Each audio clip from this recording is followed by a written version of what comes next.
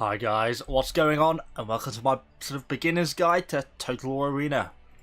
So we have just gone into open beta. So I thought it would be a good opportunity to sort of create a bit of a starting guide for some of the newer players, hopefully all joining the games now. Just about a few basic tactics, sort of how the game works, what it's all about. Maybe give you a few tips that allow you to beat some of the other players that you're coming up against. So if you've just sort of first time in the game, you'll load up and you'll load into the screen like this. So you've got your three units arrayed behind you and your commander sat out in front. So as I'm sure you're aware, you've probably got some idea of what this game's all about.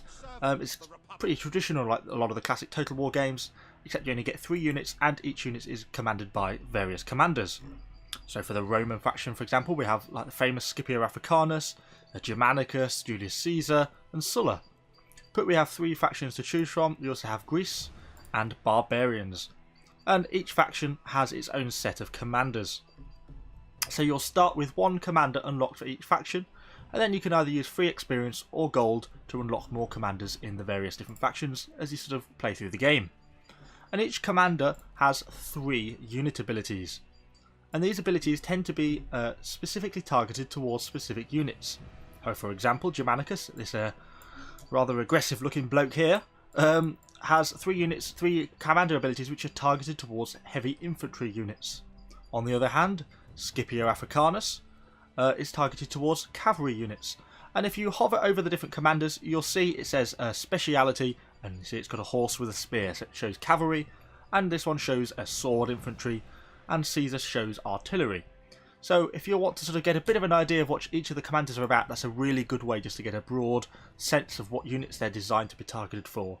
And while sometimes you can intermingle commanders with different units, it's generally advisable to keep each commander to their own speciality. It tends to work best. So Scipio tends to work best with cavalry, and Germanicus tends to work best with sword infantry.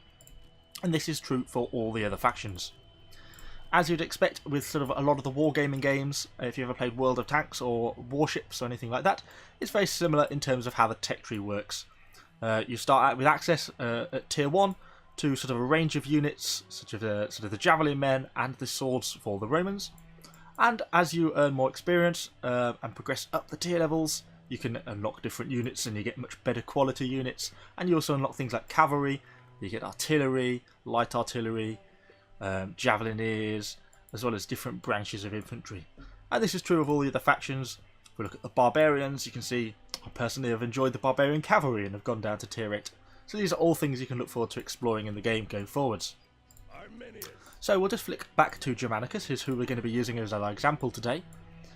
So when you first load in, you've got 2 options with how you want to play. A lot of players initially like to play against the AI for the first couple of tiers, just to sort of get the hang of the game, sort of learn how your abilities play out and learn what abilities you've got with your different commanders. But personally, I tend to, so you've got those 2 options, whether you play sort of against AI or against other people. So it can be a really good idea. Initially in the game, it requires your commander to be below tier 4 to take part in that. So I think for us, we'll hop into a game against some other players and see how we get on. So we'll queue up a battle, just by player team play at the top joins into a random battle, and I shall see you in the battle. So as we load into this battle on Hadrian's Wall, we sort of get a bit of an idea of what we have got on our team. We can see we've got some, we're tier 3, we've got some tier 4s and even a tier 5 on our team. So that means we're going to have some quite high tier enemies to face off against, so we're going to have to be pretty careful in this battle to make sure we don't take in on anything too tough. Got quite a variety of different units, from cavalry to swords to artillery and other spears. So when you spawn in, you get a bit of a choice about where you want to go. You can pick any of these spots. Obviously once they're taken, then you can't move into them. And then it's really a case that it's slightly different for each map. It depends sort of what units you're playing with and sort of what you want to achieve. Do you want to sort of get stuck into a tough fight, or are you cavalry and want to work the flanks? Just to bear in mind though, if you're archers, you're obviously very little attack capability, so you've got to be careful to not get stuck into sort of a fight that's too tough for you to deal with. So starting on this battle, we'll make our advance up. I think I'm actually going to move over to support this flank up here. So I'm going to assign my units and get them off and moving. As a general rule, I try and keep my units in some form of formation. In this case, I've just if you right click and hold, you give them an option to form into sort of a line like this. Whereas if I just right click as a 1 point, they all tend to mass themselves together like this on one spot. Which while initially might seem easier to make them control, as a general rule it makes it a lot easier for you to be outflanked. And only one person can fight one person in front of them at the one time anyway, so having your 3 units massed like that is not the most effective way of using them. It would be better to split them up to give them a few more options about what they want to do. So I'm trying to keep good map awareness. We've got our mini-map down in the bottom right hand corner of the screen. We saw some enemy tier 5 cavalry moving around down that flank, so these guys probably need to watch out for that. And look what we've got. We've got some enemy archers in front of us and some enemy tier 4 Roman swords, some Hastati. These guys are rayed out. So these archers could be a massive problem for us because we're going to struggle to deal with them. We have got commander's abilities, one of which is Testudo, which gives us increased missile block chance, so that could give us one potential option of something to play with. We've got some tier 3 spears moving up the flank. And also another quick tip is if you hold down the spacebar button, it gives you an alternative view, so it shows me the range of friendly artillery and archers, and it also shows me different details about the enemy units. So I'm going to move up a unit to support these Hastati as they get engaged, possibly. They look like they're trying to avoid the height on these hoplites, which is probably a wise decision, because they are in phalanx mode, so we've got to be a bit careful about how we engage these guys. So I'm going to get stuck in, and I'm going to use our heavy infantry charge to try and slam into them like that. It's one of our commander's abilities, and we're trying to get in range of their shields a little bit more, although they're using shield bash to block them a little bit, which is obviously being quite effective. And the enemy Hastati has engaged down there. And now we're taking missile fire as well. So let's turn back to face the enemy missiles, and I'm going to enter turtle formation while these guys chase us. So let's have a look what we've got to face off against. So I'm going to activate heavy infantry charge on both of these because I don't want to be stood still when I engage them when we can't charge in, which will be a lot more effective. So make sure both these units are effectively fighting against these Hastati, and we've got some tier 4 support moving in. And look, these hoplites have advanced too far forwards.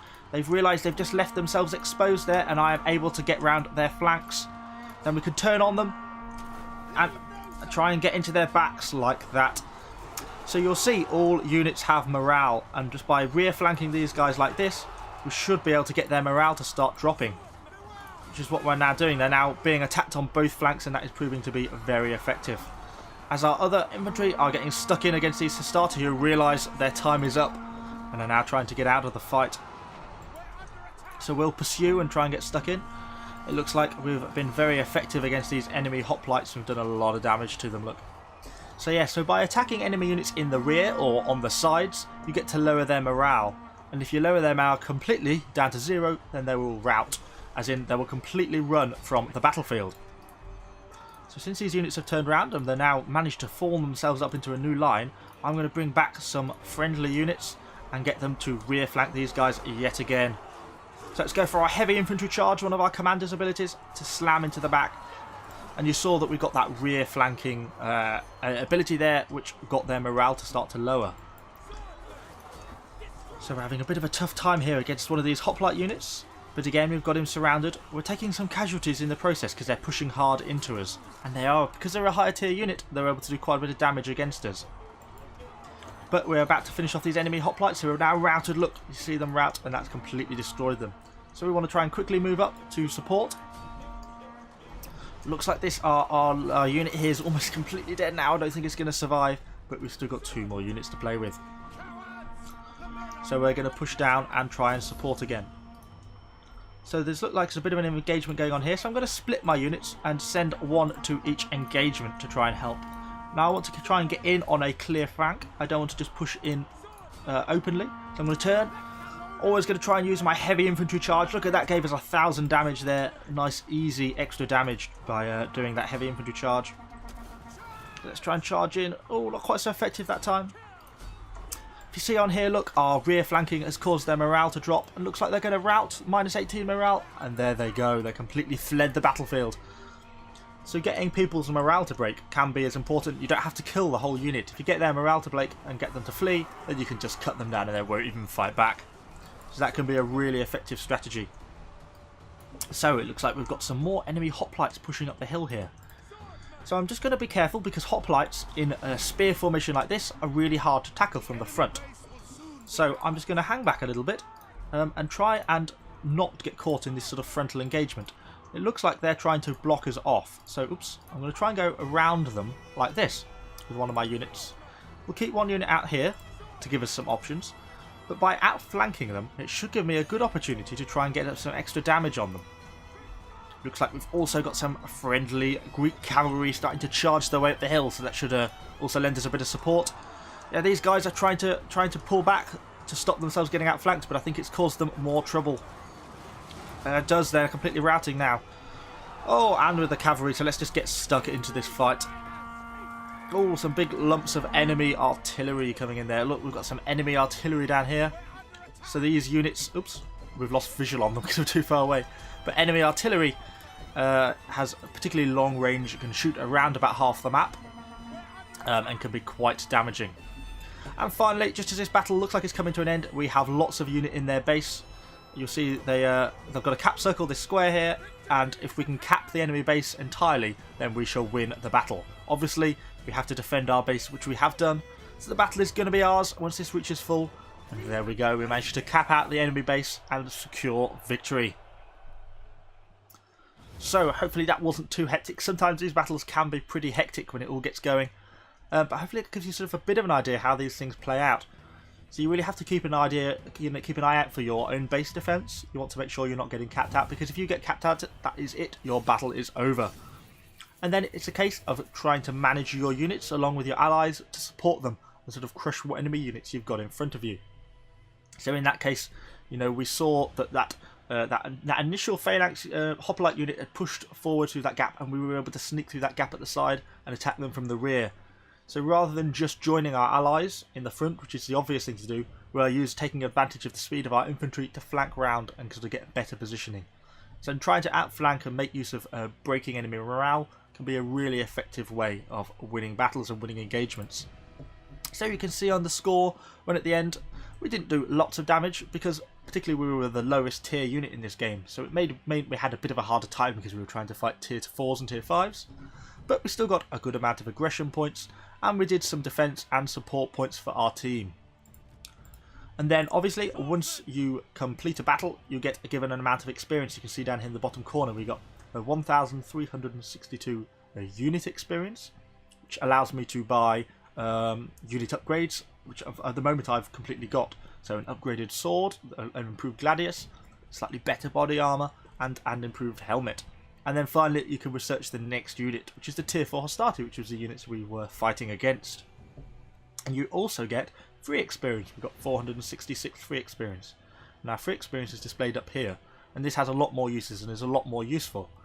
So you can use free experience to also purchase equipment and to research the next units, but you can also use it to buy different commanders. For example, Sulla costs 8,200 free experience. Or, and perhaps my favourite and most useful, is to upgrade your commander abilities. So if we take a look at Germanicus, as you can see I've been playing a bit further ahead, but it applies just the same. Then you have his abilities displayed. So at tier 1 you get access to the heavy infantry charge, and that's what we were using to run with our shields raised into the back of the enemy units and do damage and damage their morale. So that's very useful. Then we had the Testudo, which we briefly used when we were being shot at by the enemy archers. That gave us reduced missile damage, meant we had a much increased missile block chance. Obviously the Testudo very famous with the Romans raising shields to block the arrows. But you can upgrade these abilities. So for example, I upgraded missile block chance. They also upgraded movement speed, because when you're using Testudo, you actually lose a little bit of movement speed. That's understandable. All the people are tucked together having to carry their shields. They can't obviously run as easily as if they didn't have them raised. But by upgrading this, that reduces that negative modifier. So we're naturally no longer quite as slow because I've upgraded with free experience this movement speed. So for example, when I reach tier 7 on my heavy infantry charge, for 617 free experience, I can give a plus 2% movement speed bonus. So when I charge forwards, currently they gain 30% movement speed, but once we activate this, they'll get 32% movement speed. So it's all these little bonuses start to add up and make a real big difference. So as a general rule, you want to be keeping your commander upgraded to whatever tier level you're at. Always try and use your free experience to keep this upgraded, and that will keep you competitive against your enemies. Otherwise they're going to have abilities that are stronger than yours. So hopefully this gives you sort of a little bit of a brief introduction to the game and how it plays out. If you have any questions about the game, feel free to let me know in the comments below.